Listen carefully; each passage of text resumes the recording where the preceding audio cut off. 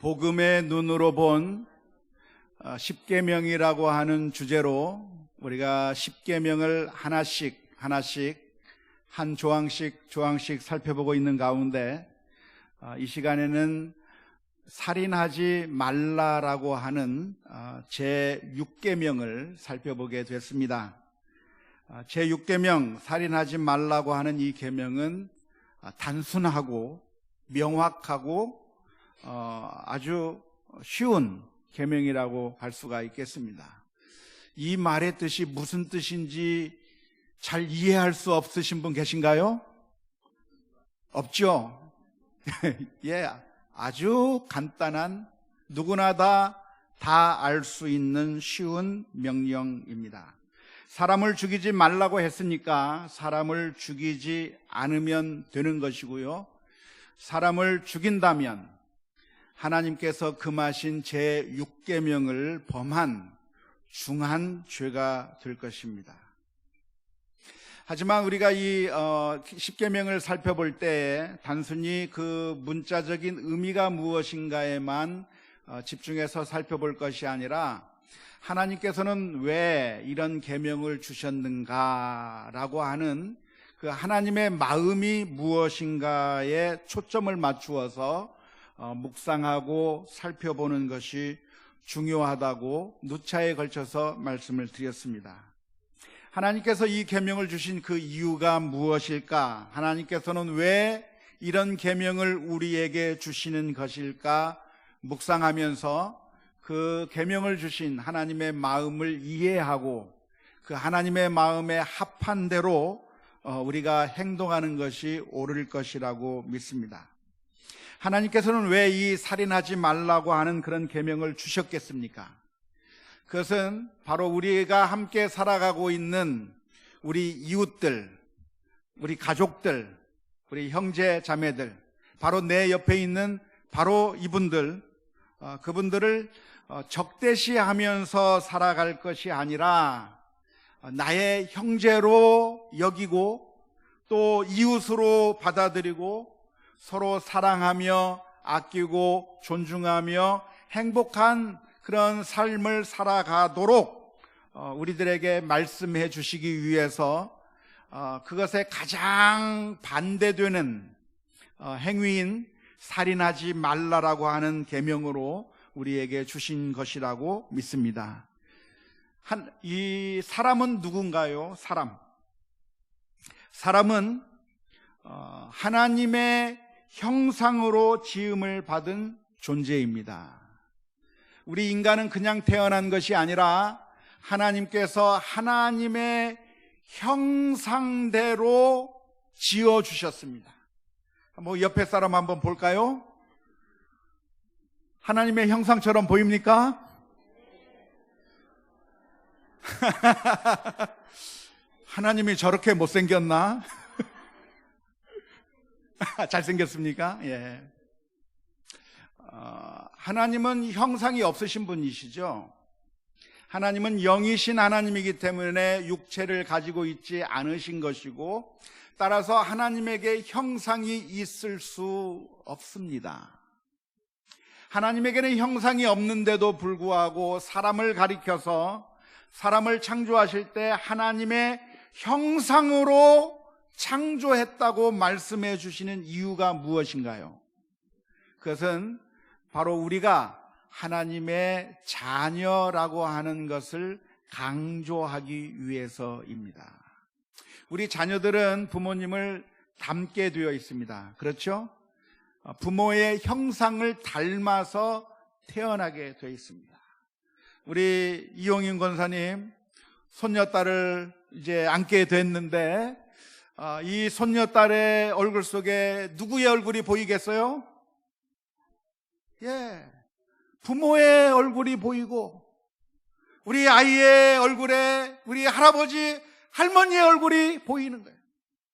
그래서 그 얼굴이 보이기 때문에 다른 사람은 잘 모를 수 있으나 그러나 그 얼굴을 유심히 바라보면 어쩜 그렇게 똑같이 닮았는지 참 신기하고 놀랍기가 그지 없습니다.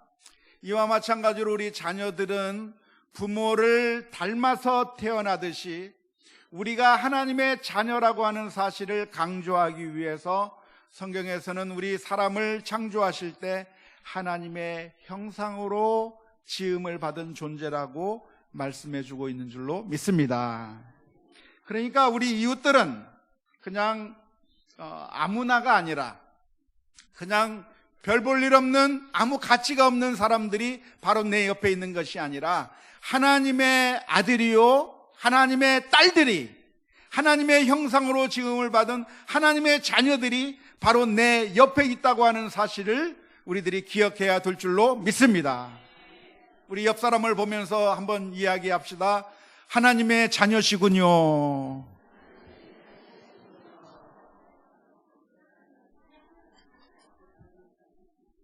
하나님의 자녀를 우리가 당연히 사랑하는 것이 당연한 것이고, 우리가 하나님을 사랑한다고 말하면서 우리가 우리 이웃들을, 내 형제 자매들을 미워한다면, 더 나아가서 미워하는 것에 가장 큰 형태로 나타나는 것이 살인이라고 할 수 있을 텐데, 만일 그런 사람들을 살인하게 된다고 한다면 하나님을 사랑하는 것이 아닐 겁니다. 따라서 우리는 우리 이웃을 사랑하는 것이 당연하고 존중하고 아끼고 돌보는 것이 당연한 것이지, 미워하거나 더 심지어 더 나아가서 죽인다고 한다면 그것은 아주 큰 잘못이고 비극이고 하나님의 말씀을 어기는 아주 큰 죄악에 해당할 것입니다. 우리가 이웃을 죽이게 되면, 사람을 죽이면 그것은 단순히 내 옆에 있는 사람이 사라지는 것만이 아니라 사실은 그 치명적인 결과가 우리들에게로 나타나게 되어 있습니다. 우리는 사람과 함께 어울려져서 함께 살아갈 때 행복을 느끼게 되고, 그리고 기쁨을 느끼게 되고, 여러 가지 만족감을 누릴 수가 있습니다. 그런데 내 옆에 있는 어떤 그 사람을 없애버리고 죽여버린다고 한다면, 그러면 어떤 결과가 나타나는가? 그 사람만 사라지는 것이 아니라 그 사람이 없어짐으로 말미암아 나 자신에게도 아주 치명적인 결과가 나타나게 될 것입니다. C.S. 루이스라고 하는 영국의 문필가가 한 말이 있는데요, 그 사람은 무슨 얘기를 했냐면, 한 사람이 내 곁에서 사라지는 것은, 한 사람이 내 곁에서 사라지는 것은 그 사람만 사라지는 것이 아니라 그 사람이 있음으로 말미암아 내게서 나올 수 있는 모든 장점들까지도 다 없어져 버리는 것이다. 한 사람이 없어지면 그 사람만 없어지는 것이 아니라 그 사람이 있음으로 말미암아 내게서 나올 수 있는 모든 장점들, 그 사람이 있음으로 말미암아 나올 수 있는 모든 행복과 모든 강점과 그 모든 것들이 함께 다 없어져 버리는 것이라고 C.S. 루이스가 말한 적이 있습니다. 만일 어떤 사람이 자기의 아버지나 어머니를 죽였다고 합시다. 자기의 부모를 죽이게 되면 어떻게 됩니까? 죽이게 되면 그러면 그 부모가 사라지는 것으로 끝나는 것이 아니라 나는 그 순간에 고아가 되는 겁니다.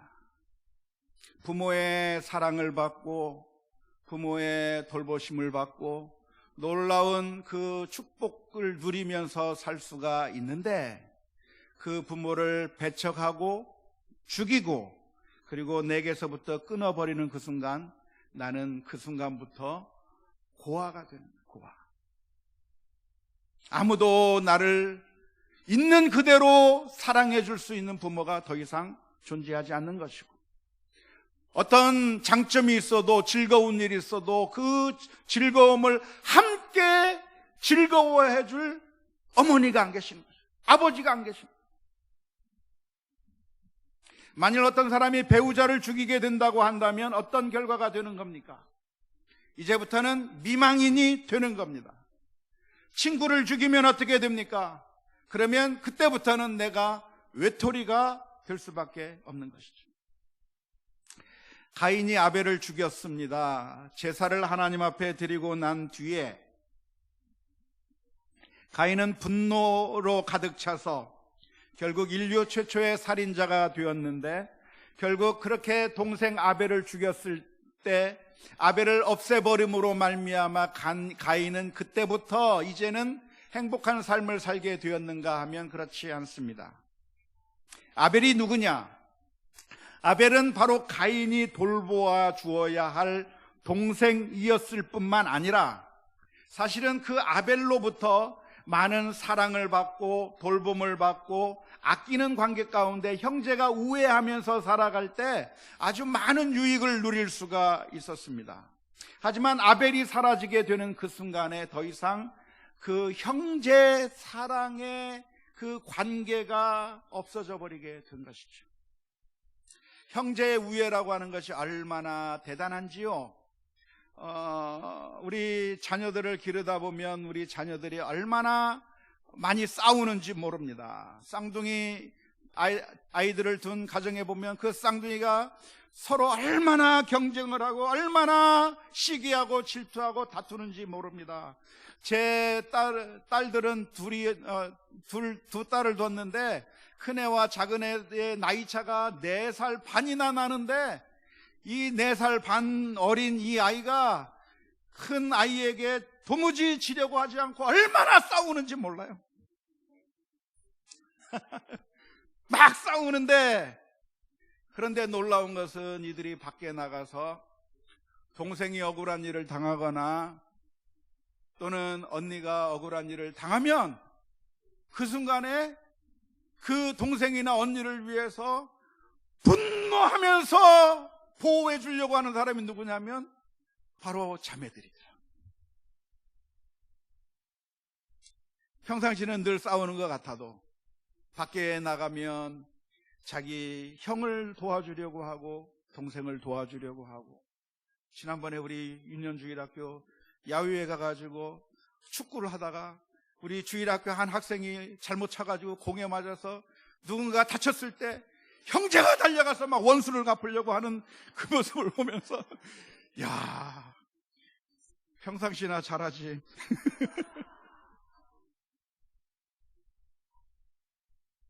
그런데 자기 형제를 죽이면 그때부터 외톨이가 되는 것이죠. 가인은 그 아벨 동생을 죽인 이후에 어떤 일이 벌어졌습니까? 더 이상 가인을 사랑하고 돌보아 줄 동생이 사라져버린 것이고, 그래서 결국 가인은 누군가 나를 죽일까봐 두려워하는 가운데 인생을 살아가게 됩니다.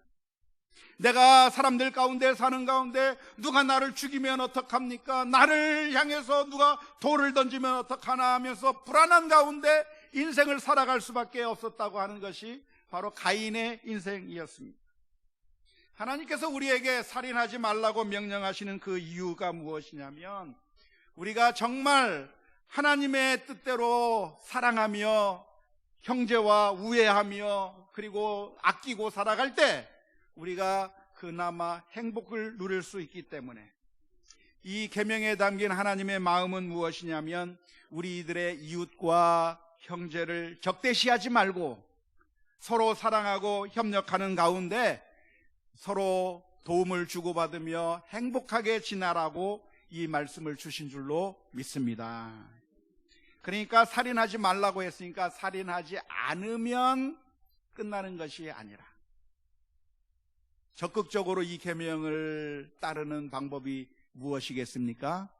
살인하지 않는 것으로 끝나는 것이 아니라 사실은 더 적극적으로 내 형제와 자매와 이웃들을 사랑하며 사는 것이 살인하지 말라라고 하는 그 계명을 주신 하나님의 마음에 합하게 사는 것이라고 하는 사실을 기억할 수 있기를 주님의 이름으로 축원합니다. 예수님께서 마태복음 5장 21절부터 26절의 말씀 가운데 이렇게 말씀해 주셨습니다. 옛 사람에게 말한 바 살인하지 말라, 누구든지 살인하면 심판을 받게 되리라 하였다는 것을 너희가 들었으나 나는 너희에게 이르노니 형제에게 노하는 자마다 심판을 받게 되고 형제를 대하여 라가라 하는 자는, 여기서 욕입니다. 바보라고 하는 말입니다. 바보라 하는 자는 공회에 잡혀가게 되고 미련한 놈이라 하는 자는 지옥불에 들어가게 되리라. 그러므로 예물을 드리려다가 거기서 내 형제에게 원망을 들을 만한 일이 있는 것이 생각나거든. 예물을 제단 앞에 두고 먼저 가서 형제와 화목하고 그 후에 와서 예물을 드리라. 너를 고발하는 자와 함께 길에 있을 때 급히 사화하라. 그 고발하는 자가 너를 재판관에게 내어주고 재판관이 옥리에게 내어주어 옥에 가둘까 염려하라. 진실로 내게 이르노니 내가 한 푼이라도 남김없이 다 갚기 전에는 결코 거기서 나오지 못하리라. 아멘. 이게 하나님의 마음입니다. 그래서 우리가 살인하지 않았으니까 나는 이 제6계명을 잘 지켰다고 생각하는 것으로 끝날 것이 아니라 하나님의 마음을 알아 우리 이웃을, 우리 형제를, 자매를 진실로 사랑하고 살아가는 우리 모두가 다 될 수 있기를 주님의 이름으로 축원합니다. 살인하지 말라고 하는 제6계명은 여러 가지 해결해야 될 문제들이 있습니다. 실제적으로 우리의 삶 가운데서 여러 가지 문제들이 있는데요. 첫 번째는, 그러면 사형제도를 유지하는 것이 좋은가, 아니면 사형제도를 폐지하는 것이 좋은가라고 하는 문제가 있습니다. 우리 크리스찬들은 우리나라에서 존재하는 사형제도를 찬성하는 것이 좋은가요? 찬성하지 말고 사형제도를 폐지하자고 하는 쪽에 의견을 더하는 것이, 그것이 우리 크리스찬들로 해야 될 일일까요? 어느 쪽으로 의견을 내야 옳을까요? 못 들었습니까? 살인하지 말라고 말씀하셨는데 사형제도를 유지하도록 하는 게 좋은가요? 사형제도를 없애는 것이 좋을까요? 쉽지 않은 문제입니다. 네, 구약 성경에는 사형제도가 허용되어 있고 또 하나님께서는 심각한 죄를 지은 사람들에 대해서 사형으로 다스릴 것을 명령하고 있기 때문에 사형제도를 그대로 두어야 한다고 주장하시는 분들이 크리스찬들 중에 많이 있습니다. 하지만 그렇게 주장하는 것은 어설픈 논리에 불과합니다. 왜냐하면 성경에 있다고 해서 오늘날에도 반드시 행해야만 하는 것은 아니기 때문에 그렇습니다. 성경에 보면 한 남자의 여러 명의 아내를 둔 일부 다처제가 있었습니다. 성경에 보면 형이 죽으면 형수를 동생이 차지하는 형사 취수 제도가 있었습니다. 성경에 보면 노예를 부리는 그런 노예 제도가 있었습니다. 그러니까 성경에 있었기 때문에 오늘날에도 한 남자가 여러 여성과 함께 사는 것이 괜찮다고 이야기할 수 있습니까? 없어요. 성경에 있었다고 해서 오늘날에도 그대로 행할 것은 아니기 때문에 사형제도가 성경에 있다고 하는 사실 하나만 가지고 오늘날에도 사형제도를 그대로 유지해야 된다고 하는 것은 논리가 허약하다고 말할 수가 있겠습니다. 하지만 국가 권력이 사형제도를 가지고 있는 것 자체는 제6계명과는 별개의 것입니다. 제6계명은 개인에게 주시는 명령이지 국가에 관한 것은 아니겠고요. 따라서 국가가 사형제도를 가지고 있다고 한다면 그렇게 해서 사형시키는 것이 그것도 살인이라고 비난할 것은 아니라고 생각을 합니다. 하지만 그럼에도 불구하고 사형제도가 잘못된 판단으로 인해서 억울한 희생자가 생길 수가 있고 억울한 희생자가 생겼을 때 그것을 도무지 회복할 수 없을 정도로 엄청난 결과를 가져올 수 있다고 하는 점에서 사형제도를 폐지하거나 아니면 사형제도가 존속한다고 할지라도 아주 신중하게 집행하도록 촉구하는 것이 우리 크리스찬들이 가져야 될 자세일 것이라고 생각을 합니다. 두 번째로 던져야 될 질문이 있는데, 그것은 과연 집총을 거부하는 것이 옳은가 하는 문제입니다. 군대에 끌려가는 것, 군대의 그 국방의 의무를 다하는 것은 가능한 일인가요? 우리 크리스찬은 하면 안 되는 일인가요? 제6계명에서는 살인하지 말라고 했는데 군대에 가게 되면 무고한 살상을 해야만 하는 것이니까, 그래서 나는 군대에 가지 못한다고, 살인의 죄를 범하지 않기 위해서 나는 군대에 갈 수 없다고 말하는 크리스찬들이 있습니다. 하지만 성경에서는 역시 국가가 하는 그 전쟁은 개인에게 준 살인을 하지 말라고 하는 그 계명과는 별개의 것으로 다루고 있기 때문에 국가의 전쟁은 살인죄와는 별개의 것으로 보는 것이 옳을 것입니다. 그래서 사실은 살인죄라고 하는, 그런 살인을 하지 말라고 하는 이 계명의 근거에서 집총을 거부하거나 군대에 가는 것을, 국방의 의무를 등한시하는 것은, 그것은 바른 태도는 아니라고 생각을 합니다.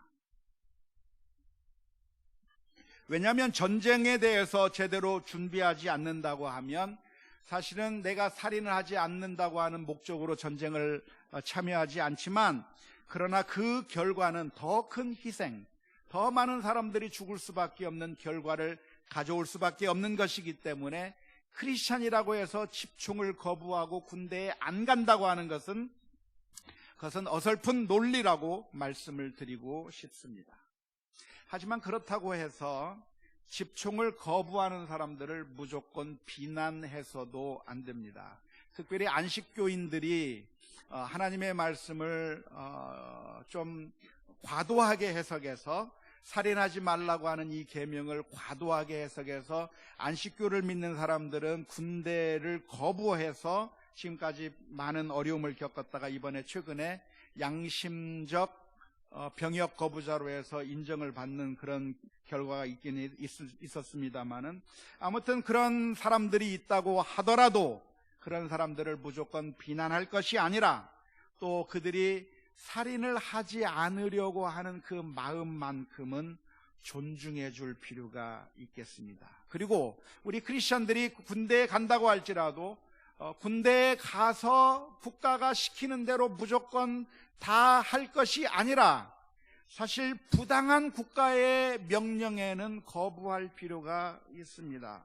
예를 들어서 5.18과 같이 자국의 국민을 향해서 총칼을 들이대고 죽이라고 하는 그런 부당한 명령이 있다고 한다면, 이것은 국가에 속한 군인으로서 그냥 하는 것이다라고 그냥 할 것이 아니라, 그 순간에 내가 어려운 일을 당한다고 할지라도 그때 거부할 수 있는 그런 정당한 용기가 우리들에게 필요할 것이라고 믿습니다. 세 번째는 낙태의 문제입니다. 낙태는 아직 태어나지 아니한 생명을 없애는 것이 낙태인데요, 낙태도 살인죄에 해당합니까? 태어나지 않았더라도 하나님께서는 이미 생명으로 주셨기 때문에 태아의 생명을 끊는 낙태는 살인하지 말라고 하는 이 계명을 어기는 금지하신 살인죄를 저지른 것임을 우리가 기억해야 할 것입니다.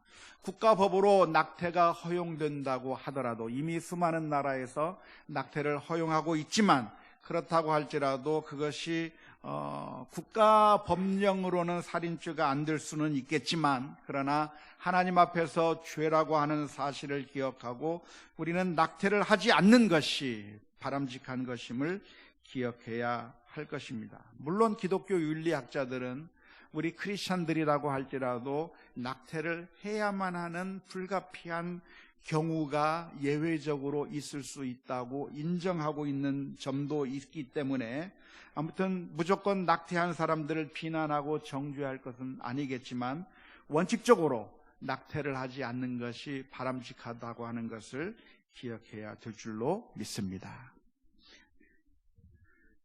네 번째로 자살의 문제입니다. 자기 자신을 죽이는 것도 역시 살인에 해당이 될까요? 됩니다. 하나님께서 금하시는 것인데 그것을 이웃을 죽이는 것이든 나 자신을 죽이는 것이든 하나님께서 기뻐하지 않는 것이기 때문에 자살을 하지 않는 것이 성도의 바른 자세라고 믿습니다. 물론 자살하는 사람들은 반드시 지옥에 간다고 그렇게 비난해서는 안 됩니다. 우리의 구원이라고 하는 것은 우리의 행위에 달린 것이 아니라 믿음에 달려 있는 것이고 더 나아가서 더 중요하게는 하나님의 은혜에 달려 있는 것이기 때문에 그 사람이 자살했다고 하는 이유만으로 지옥에 간다고 함부로 말을 해서 유가족들의 마음을 아프게 하거나 하는 것은 바람직하지 않을 겁니다. 뿐만 아니라 자살을 했다고 해서 생명이 바로 없어지는 것은 아니고요.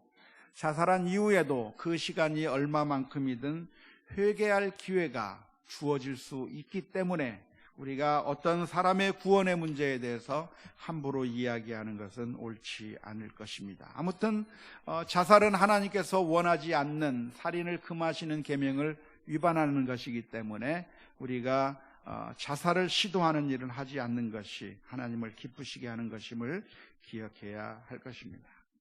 마지막으로 제6계명은 살인의 계명뿐만 살인을 하지 말라고 하는 계명이 아니라 살상 자체를 금하고 있는 것일까 하는 문제가 있습니다.